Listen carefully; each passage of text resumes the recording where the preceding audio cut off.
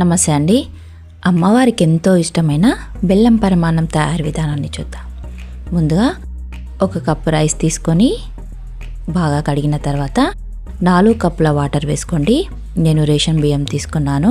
Ration బియ్యం అయితేనే taste బాగుంటుంది. సగం ఉడికిన తర్వాత 2 కప్పుల బెల్లం వేసుకోండి. ఒకసారి అంతా బాగా కలిపి మీడియం ఫ్లేమ్లో ఉంచి బాగా ఉడకనివ్వండి. బెల్లం కరిగిన తర్వాత బాగా లూజ్గా అవుతుంది. బెల్లం కరిగి మళ్ళీ దగ్గరగా వచ్చేంత వరకు అన్నాన్ని ఉడకనివ్వండి. ఇలా ఉడికిన తర్వాత స్టవ్ని మొత్తం సిమ్లో ఉంచి 2 కప్పుల పాలు వేసుకోండి. ఒకసారి అంతా బాగా కలిపి లో ఫ్లేమ్లోనే ఉడికించండి.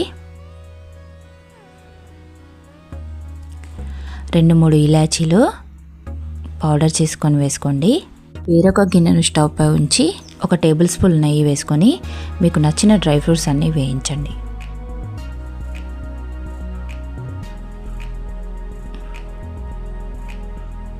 బాగా వేయించిన తర్వాత పరమాన్నంలో వేసి కలపండి.